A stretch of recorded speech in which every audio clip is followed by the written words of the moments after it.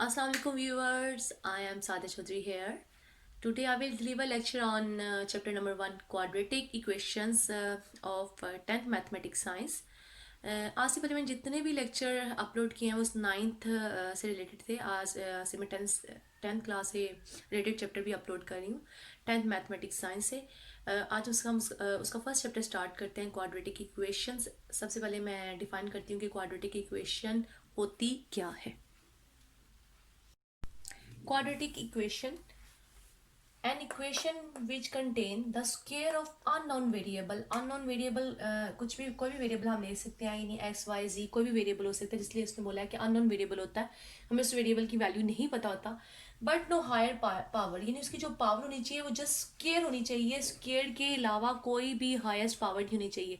अगर स्केयर से कम होगी तो वो क्वाड्रेटिक इक्वेशन नहीं रहेगी। स्क्वायर से कम क्या हो सकता है, वन। स्क्वायर का मतलब होता है टू, और अगर स्क्वायर से कम होगी तो वो वन हो जाएगा, तो वो लीनियर इक्वेशन बन जाती है, क्वाड्रेटिक इक्वेशन नहीं बनती।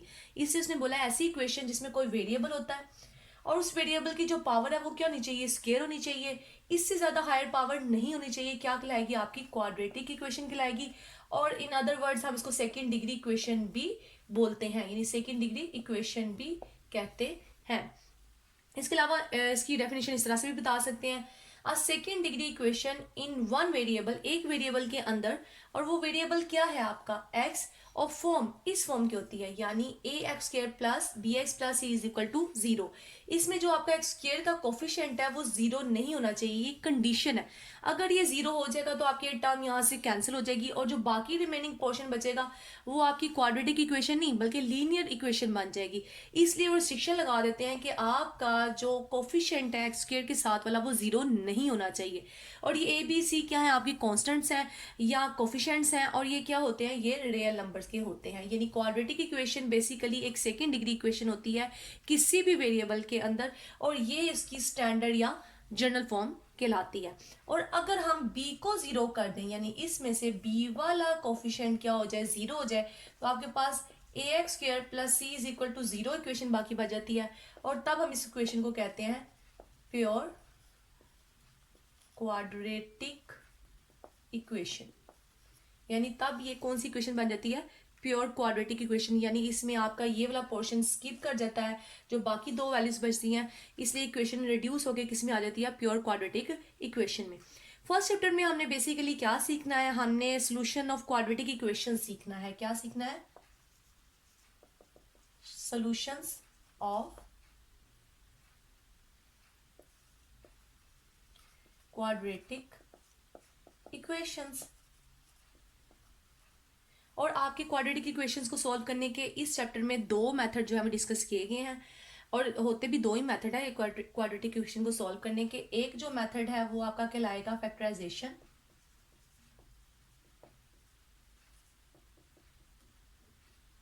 और सेकंड आपका कहलाएगा कंप्लीटिंग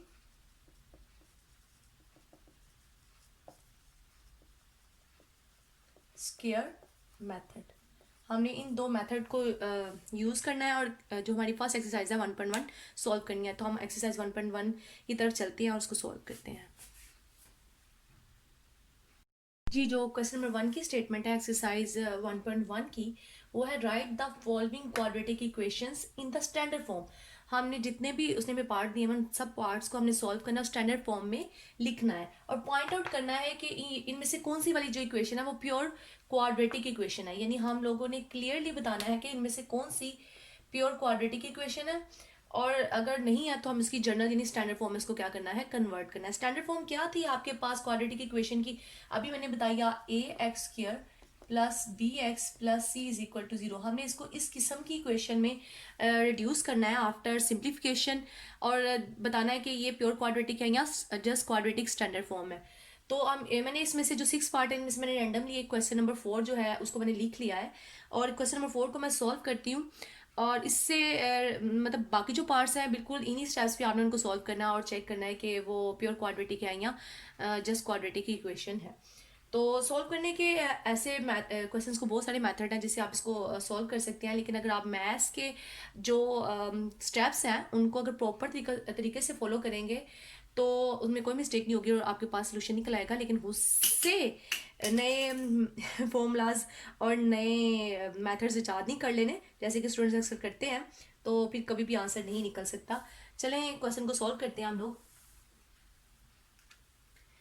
अगर इससे यहाँ पे हम एलसीएम लेके भी सारी यानी टर्म से मल्टीप्लाई कर सकते हैं और हम लोग उस फैक्टर को, और इसके अलावा हम एलसीएम डायरेक्ट भी ले सकते हैं। तो मैं एलसीएम वाले मेथड से सॉल्व करती हूँ इसको। अगर मैं एलसीएम लूंगी इसका, तो एलसीएम क्या आएगा, x-2 और x आएगा। यहाँ पे x-2 वाली टर्म जो है वो क्या है, प्रेजेंट है। सो जस्ट ऊपर वाली टर्म के साथ क्या मल्टीप्लाई होगा आपका, x, यानी की इसमें से x वाली टर्म यहाँ पे एब्सेंट थी और वो ऊपर वाली टर्म से क्या होगी, मल्टीप्लाई होगी। Minus sign as it is आ जाएगा। अब यहाँ पे आपकी x वाली टर्म प्रेजेंट है और कौन सी वाली टर्म यहाँ पे मौजूद नहीं है, x-2, तो यानी ऊपर क्या होगी, x-2 टर्म ऊपर वाली टर्म से क्या होगी, मल्टीप्लाई होगी। और नेक्स्ट यहाँ पे आपका अगर कुछ नहीं है तो 1 होता है डिनोमिनेटर में, और जब डिनोमिनेटर में 1 है तो इसका मतलब है दोनों टर्म्स यहाँ पे क्या है, एब्सेंट है, और 4 के साथ ये दोनों टर्म्स ही क्या होंगी, मल्टीप्लाई होंगी, इक्वल टू 0। अब जो ये नीचे वाली टर्म डिनोमिनेटर है उधर जाके 0 से मल्टीप्लाई होगा और सारी टर्म क्या हो जाएगी, 0 हो जाएगी।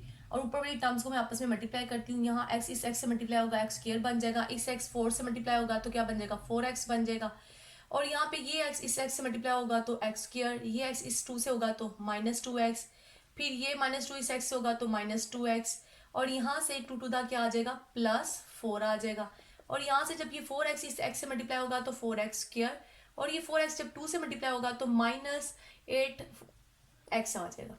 और ये सारी टर्म जो नीचे डिवाइड हो रही है वो इस 0 से जाके क्या होगी, मल्टीप्लाई होगी, और मल्टीप्लाई होने के बाद ये सारी टर्म क्या हो जाएगी, 0 हो जाएगी। यहां से क्या आ गया, x स्क्वायर +4x। अब ये माइनस साइन अंदर वाली सारी टर्म्स के साइन को क्या कर देगा, चेंज कर देगा। -x स्क्वायर +2x और -4 +4x स्क्वायर -8x। अब हम लोग देखते हैं कि एक्स स्क्वायर वाली टर्म्स कौन सी है। एक्स स्क्वायर वाली टर्म ये और ये दोनों आपस में क्या हो जाएंगी, कैंसिल हो जाएंगी, और बाकी हमारे पास क्या बचेगी, 4x स्क्वायर बचेगी। अब ये 4x और ये 2x और ये 2x कितने हो गए, 6 और 2 8x, और ये 8x इस नेगेटिव वाले 8x से क्या हो जाएंगे, कैंसिल हो जाएंगे। तो आपके पास जस्ट क्या बचेगा, -4, क्योंकि बाकी सारी टर्म्स क्या होगी, कैंसिल होगी। अब अगर मैं इसमें से भी 4 कॉमन निकाल लूं तो 4 दूसरा जाके क्या हो जाएगा, डिवाइड, और डिवाइड होने के बाद आपके पास आएगा x स्क्वायर -1 इक्वल टू 0। और अगर मैं इस इक्वेशन को देखूं तो ये आपके पास एक स्टैंडर्ड फॉर्म आ गया है कि इसकी क्वाड्रेटिक इक्वेशन की, but this equation is pure quadratic. हमने पॉइंट आउट करना था कि इक्वेशन आपकी जो स्टैंडर्ड फॉर्म आती है क्या वो प्योर क्वाड्रेटिक इक्वेशन है या नहीं है। इट इज अ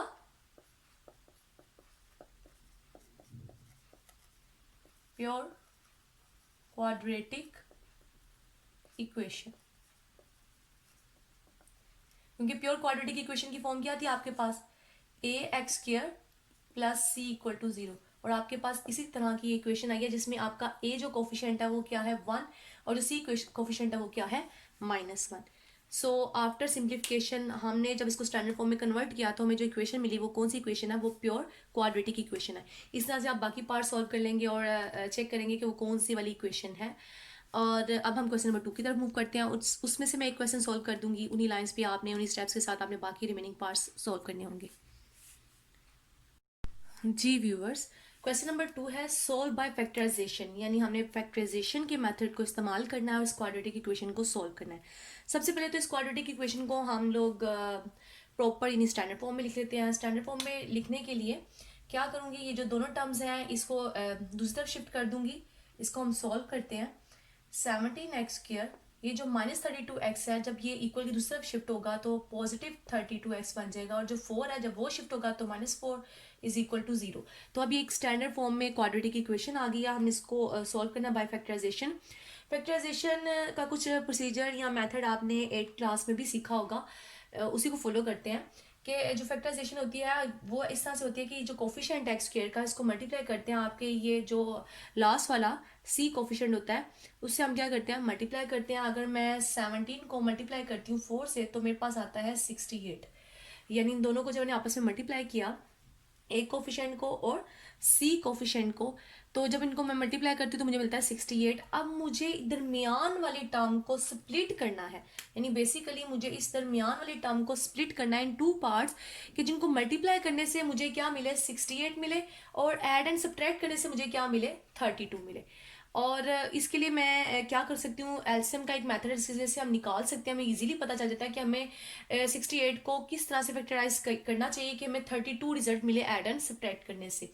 अगर मैं 68 को लिखती हूँ और मैं डिवाइड करती, मैं तो एलसीएम लेती हूँ 2 से, यानी 2 3 द 6 एंड 2 2 द 4, तो यही मुझे आइडिया हो जाता है कि अगर मैं 34 को 2 से मल्टीप्लाई करूं तो मुझे रिजल्ट क्या मिलेगा 68 मल्टीप्लाई करने के बाद, और ऐड एंड सब्ट्रैक्ट करने से मुझे क्या मिलेगा 32 मिलेगा।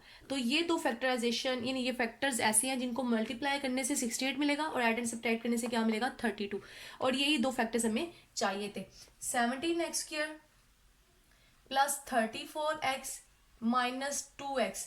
अब ये 34 के साथ मैंने प्लस इसलिए लगाया कि मुझे रिजल्ट में जब इनको सब्ट्रैक्ट करूं तो 32 मिलना चाहिए, लेकिन पॉजिटिव का 32 मिलना चाहिए। पॉजिटिव का 32 के लिए मुझे फर्स्ट बड़ी वाली टर्म के साथ क्या करना पड़ेगा, पॉजिटिव साइन लगाना पड़ेगा। इसलिए मैंने 34x के साथ क्या लिखा, पॉजिटिव साइन, और 2 के साथ क्या लिखा, नेगेटिव साइन लिखा। अब -4 इक्वल टू 0। अब फर्स्ट दोनों टर्म में से क्या कॉमन निकल सकता है, 17x कॉमन निकल सकता है। जब इसमें से 17 और x बाहर आ गए तो जस्ट अंदर क्या बाकी बचेगा, x बाकी बचेगा फर्स्ट टर्म में। और सेकेंड टर्म में से x बाहर आ गया, और 17 जब 34 को डिवाइड करेगा तो रिजल्ट क्या आएगा, 2 आएगा। अब यहाँ से -2 मैंने कॉमन निकाला तो अंदर क्या आ जाएगा, x एज इट इज, और ये माइनस साइन अंदर वाले माइनस साइन को क्या कर देगा, कन्वर्ट कर देगा किसमें, पॉजिटिव साइन में, एंड 2 टू द क्या आ जाएगा 4। ये आपका एक अदद रिजल्ट होता है कि आपने फैक्टराइजेशन क्या किया, ठीक किया। अगर ये दोनों के दरमियान में साइन या वैल्यूज चेंज आ रही है, इसका मतलब है आपकी फैक्टराइजेशन में मिस्टेक है।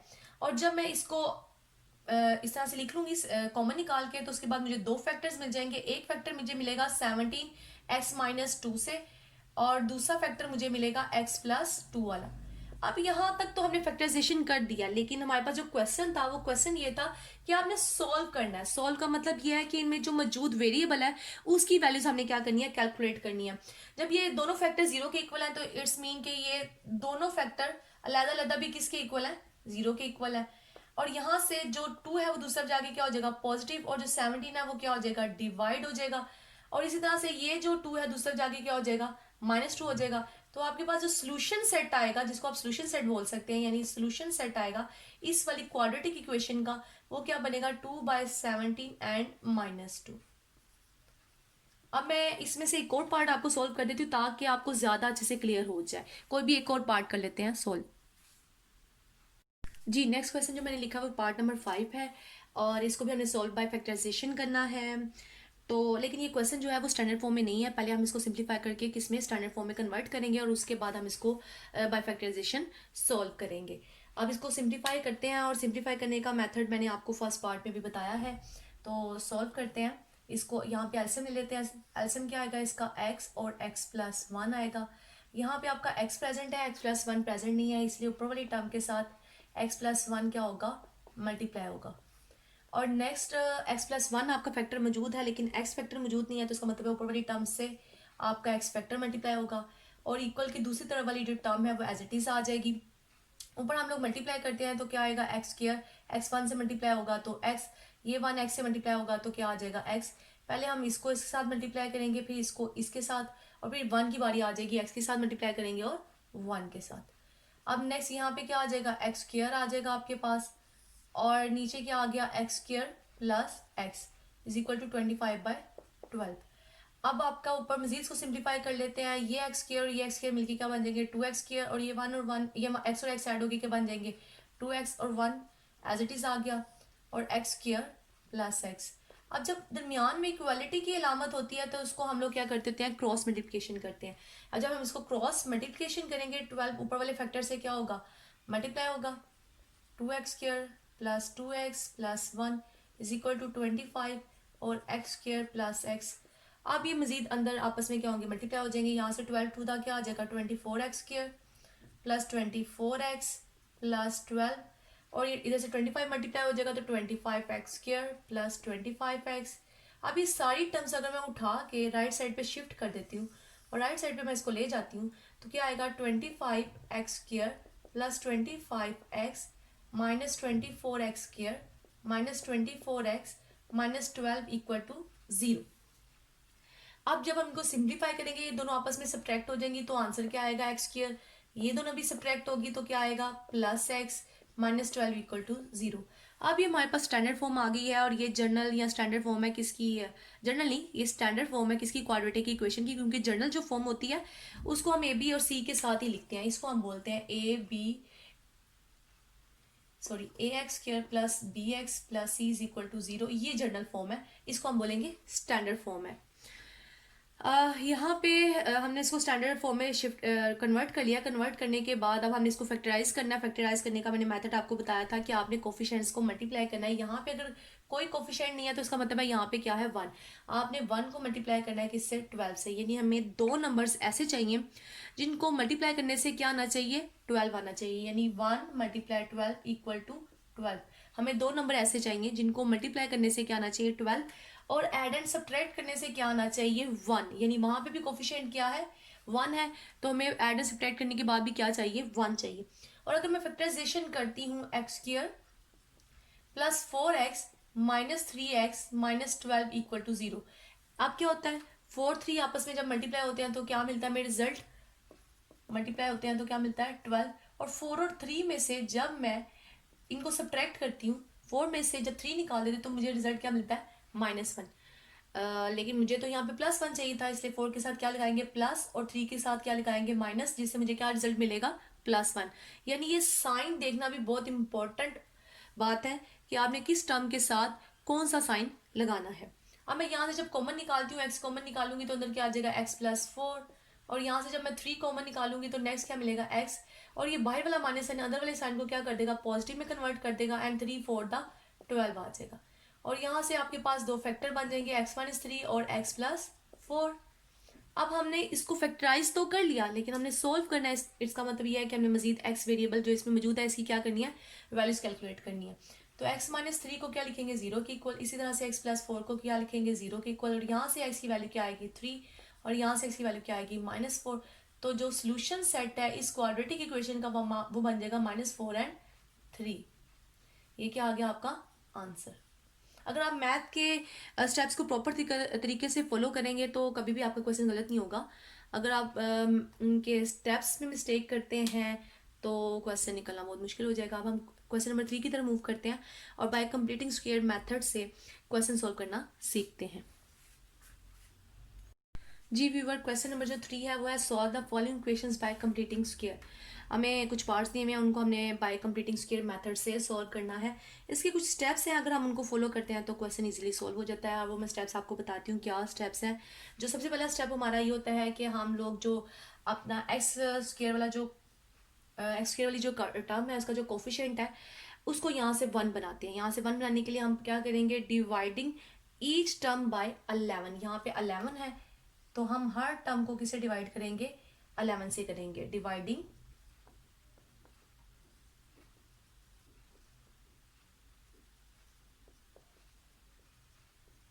बाय 11, यानी 11 से हम क्या करेंगे हर टर्म को डिवाइड करेंगे। जब 11 से डिवाइड करेंगे तो यहाँ से 11 आपस में कैंसिल हो जाएगा, और इसको भी हम 11 से डिवाइड करेंगे, और लास्ट कॉन्स्टेंट टर्म को भी क्या करेंगे 11 से डिवाइड करेंगे।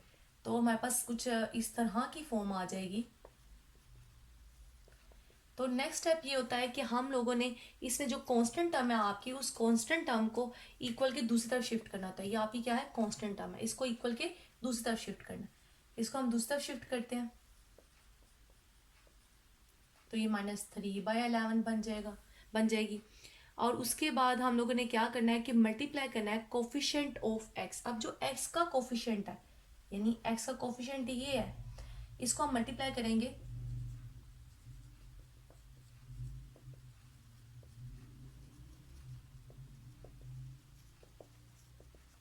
विथ 1/2।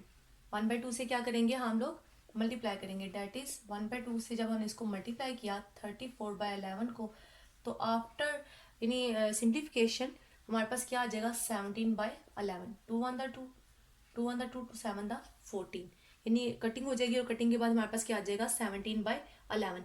अब ये जो 17/11 हमारे पास आया है, इसके स्क्वायर को हम लोग क्या करेंगे, ऐड करेंगे बोथ साइड पे। क्या करेंगे, नाउ एडिंग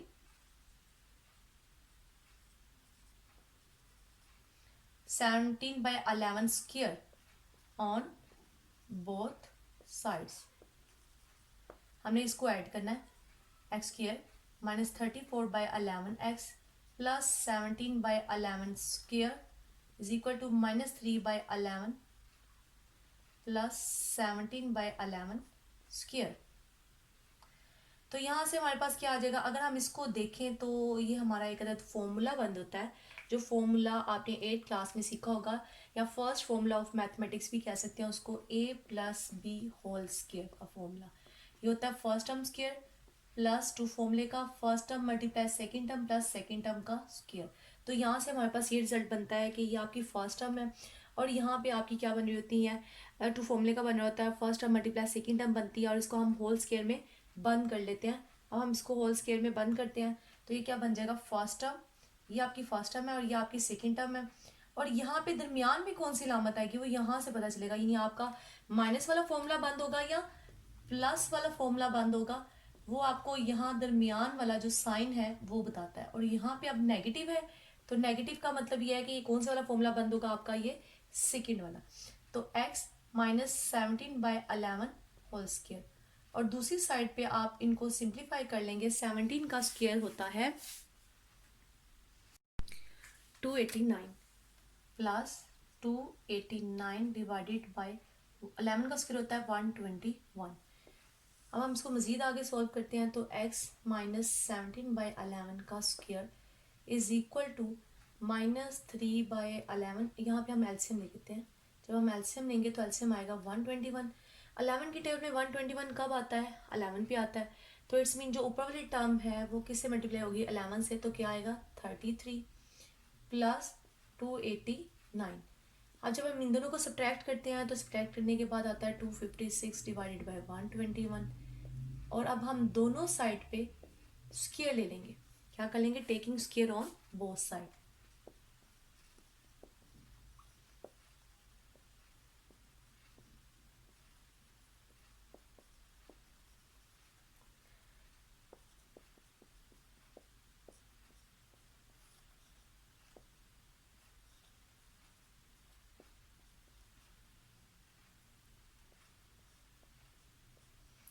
तो यहाँ से स्क्वायर के साथ कट गया तो x माइनस 17/11 आ गया, और यहाँ पे प्लस माइनस जब हम स्क्वायर रूट को खत्म करते हैं तो दो में साइन मिलते हैं, एक पॉजिटिव का और एक नेगेटिव का, तो मिलेगा 256 स्क्वायर होता है किसका, 16 का, और 21 किसका होता है, 11 का। तो हमारे पास 16 बाई क्या आ गया, 11।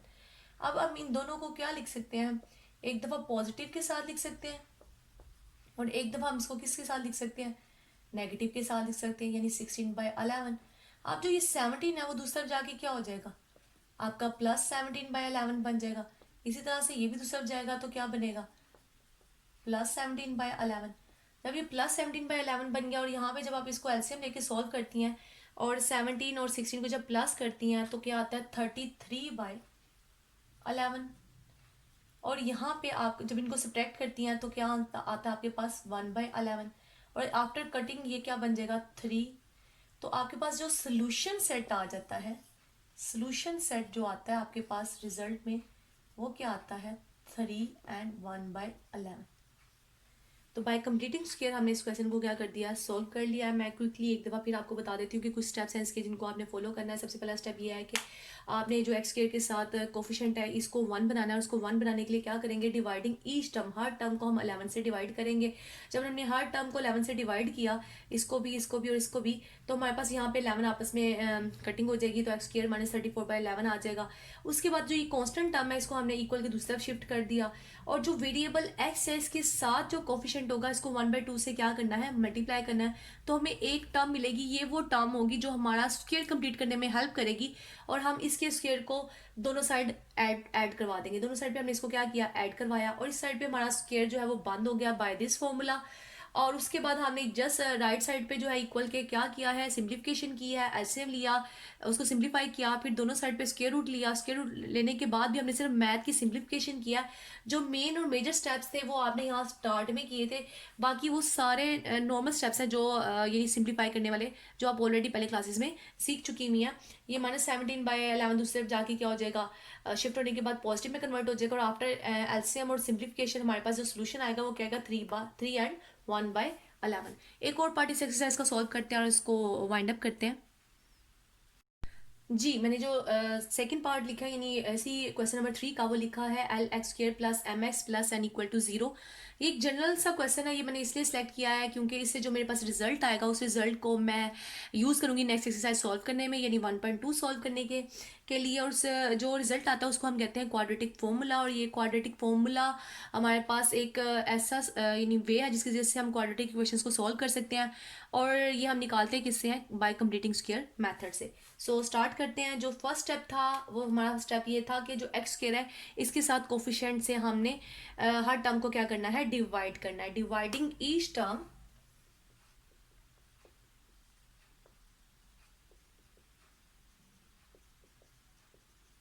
बाय एल से डिवाइड करेंगे तो x square plus M over क्या आ जाएगा, L x plus N over L is equal to 0। अब उसके बाद नेक्स्ट स्टेप ये था कि हमने कांस्टेंट वाली टर्म को क्या करना था, दूसरी तरफ शिफ्ट करना है, तो वो -l ओवर एन ओवर क्या बन गई, एल बन गई। उसके बाद नेक्स्ट स्टेप ये था कि मल्टीप्लाइंग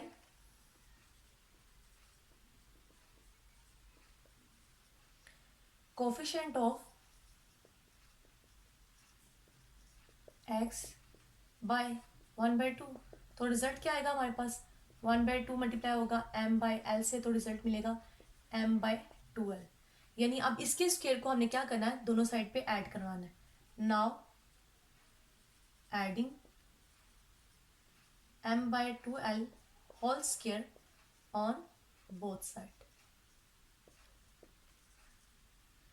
x स्क्वायर plus m over lx plus m over 2l whole square is equal to -l over l plus m/l 2l whole square.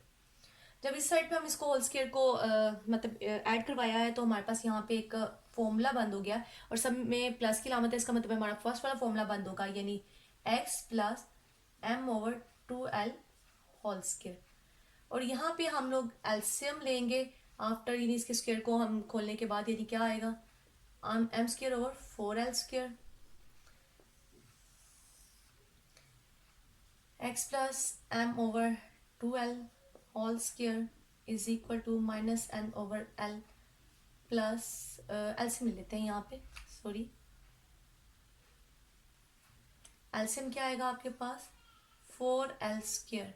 इस साइड पे आपका l जो है वो प्रेजेंट है, तो इसका मतलब है एक l आपका क्या है, मिसिंग है, तो वो आपके, और साथ में 4 भी मिसिंग है, तो यहाँ क्या बन जाएगा 4ln, और माइनस में क्योंकि इस टर्म के साथ क्या है माइनस साइन, तो -4ln प्लस m स्क्वायर। अब नेक्स्ट मैं इन दोनों की पोजीशन चेंज कर लेती हूँ ताकि आपको इजी रहे लिखने में, तो ये आपके पास 4l स्क्वायर बन गया। और अब आपने क्या करना है, दोनों साइड पे टेकिंग स्क्वायर रूट,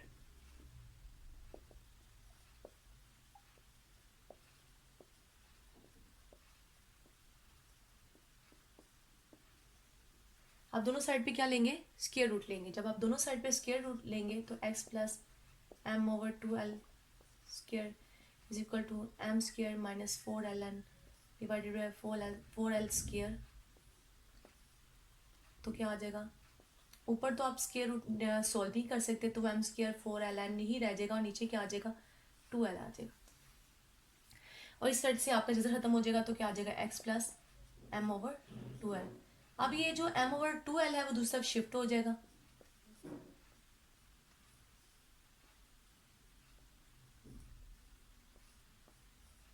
और जब आप यहाँ पे एलसीएम ले लेंगे 2l का, तो -m प्लस इनके साथ आपका प्लस माइनस की अलामत आएगी जब आप इसके जदर को सॉल्व करके आगे सिंप्लीफाई करेंगे, तो +-2 square root m square minus 4ln x, तो ये इसका क्या आ गया आपके पास सोल्यूशन आ गया। और ये आपके पास क्वाड्रेटिक फॉर्मूला है जो आपने नेक्स्ट एक्सरसाइज में यूज़ करना है सॉल्व करने के लिए। लेकिन वहाँ पे जो जनरल फॉर्म है या जिस तरह से हम क्वाड्रेटिक फॉर्मूले को डिफाइन करते हैं वो इस तरह से है, क्योंकि हमारी जनरल फॉर्म क्या थी, a x square plus b x plus c is equal to zero. तो इसके मुताबिक कोफिशेंट्स यूज़ करेंगे। यहाँ पे एल था, एम था और एन था, लेकिन हम इसके मुताबिक अगर फॉर्मूला लिखें ए बी सी के साथ तो फॉर्मूला बनता है S is equal to minus B plus minus square root B square minus 4ac divided by 2a। और ये फॉर्मूला दोनों सेम ही है, जस्ट कोफिशिएंट्स को रिप्रेजेंट हमने डिफरेंट वे में किया है। एक जगह पे ए बी सी से किया और एक जगह पे एल एम एन से किया। तो ये फॉर्मूला हमने बाय कंप्लीटिंग स्क्वायर मेथड को यूज़ करते हुए जनरेट किया है, और हम इस फॉर्मूले को डायरेक्ट यूज़ कर सकते हैं किसी भी क्वाड्रेटिक इक्वेशन को सॉल्व करने में। और हम ये नेक्स्ट इंशाल्लाह 1.2 एक्सरसाइज में सॉल्व करेंगे। मैंने इस एक्सरसाइज के सारे क्वेश्चन तो सॉल्व नहीं किए हैं क्योंकि बाकी सारे आप खुद सॉल्व करेंगे। लेकिन अगर कोई भी मसला होता है इन क्वेश्चंस को सॉल्व करने में, आप लोग मुझे कमेंट में लिख सकते हैं और मुझसे कह सकते हैं कि इस क्वेश्चन को सॉल्व करते हैं। मैं उसको सॉल्व करके वीडियो अपलोड कर दूंगी। और जिन लोगों ने मेरे चैनल को सब्सक्राइब नहीं किया अब तक, वो उसको सब्सक्राइब कर दें और लाइक भी ज़रूर करें। ओके, इंशाल्लाह नेक्स्ट वाले लेक्चर में आपको मैं 1.2 से रिलेटेड डेफिनेशंस और 1.2 एक्सरसाइज को सॉल्व करने का मेथड बताऊंगी। अल्लाह हाफिज़।